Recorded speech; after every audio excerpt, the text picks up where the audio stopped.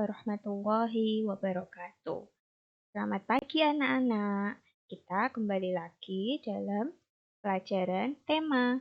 Hari ini kita akan belajar tema 1, subtema 1, pembelajaran 5 dengan muatan pelajaran IPA, Bahasa Indonesia, dan SPDP. Sebelum kita memulai pembelajaran, marilah kita berdoa sesuai dengan agama dan kepercayaan masing-masing. Berdoa mulai. Berdoa selesai. Tujuan pembelajaran pada pagi hari ini adalah yang pertama, dengan mengamati gambar, siswa dapat merangkai sebuah cerita dengan percaya diri. Yang kedua, dengan mengamati gambar, siswa dapat mengetahui ciri-ciri hewan vertebrata dan avertebrata. Yang ketiga, dengan membaca, siswa dapat menentukan ide pokok dari masing-masing paragraf dengan penuh tanggung jawab.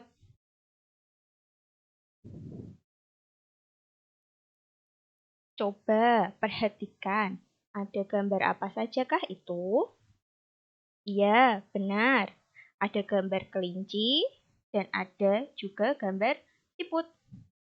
Apakah perbedaan antara kedua hewan tersebut ya? Benar, kalau kelinci bergerak dengan menggunakan kaki, kalau siput bergerak dengan menggunakan otot perut.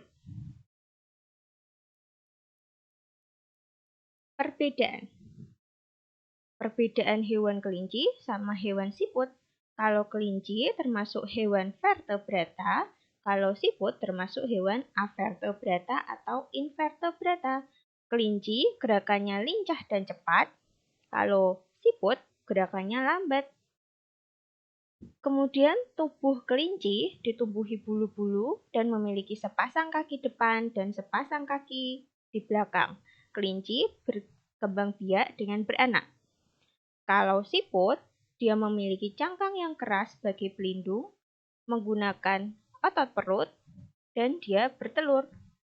Perbedaan avertebrata yang lain adalah dia tidak memiliki punggung, kalau vertebrata memiliki tulang belakang. Contoh hewan avertebrata atau hewan invertebrata adalah seperti cacing pipih, siput, ular, dan masih banyak yang lainnya. Kalau contoh hewan vertebrata seperti kelinci, ikan, dan masih banyak yang lainnya juga ya.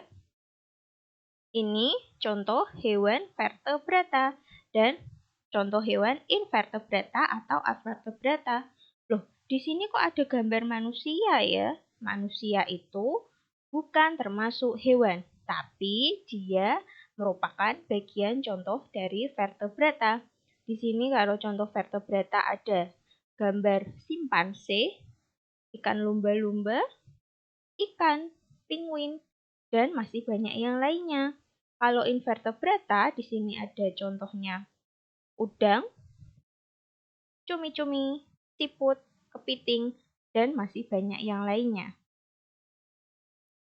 Contoh gambar ilustrasi. Di sini ada 4 contoh gambar ilustrasi.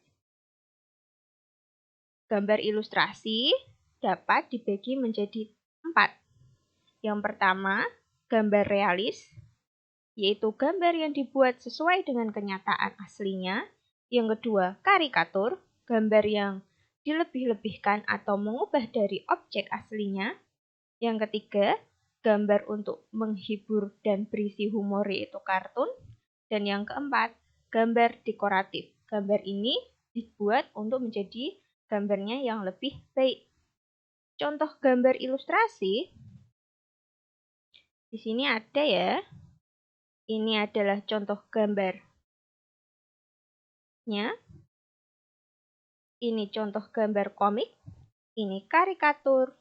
Ini gambar dekoratif. Dan ini gambar ilustrasi. Selanjutnya, kalian masih ingat ide pokok apa tidak ya? Ide pokok merupakan inti atau dasar dari suatu paragraf. Ide pokok menjadi dasar dalam pengembangan paragraf. Langkah-langkah mengembangkan ide pokok. Yang pertama, menentukan topik dari paragraf. Yang kedua, menentukan ide pokok dari paragraf yang akan dibuat. Yang ketiga, membuat sebuah kalimat berisi ide pokok. Yang keempat, mengembangkan kalimat ide pokok. Dan yang kelima, menyusun kalimat-kalimat pengembang menjadi paragraf. Sekarang, ada soal.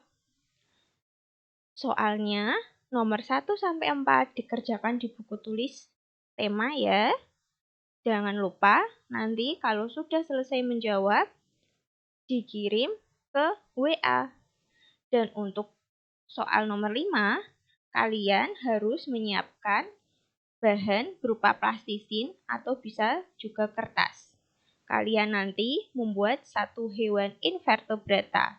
Jangan lupa didokumentasikan lewat video dan dikirim di WA.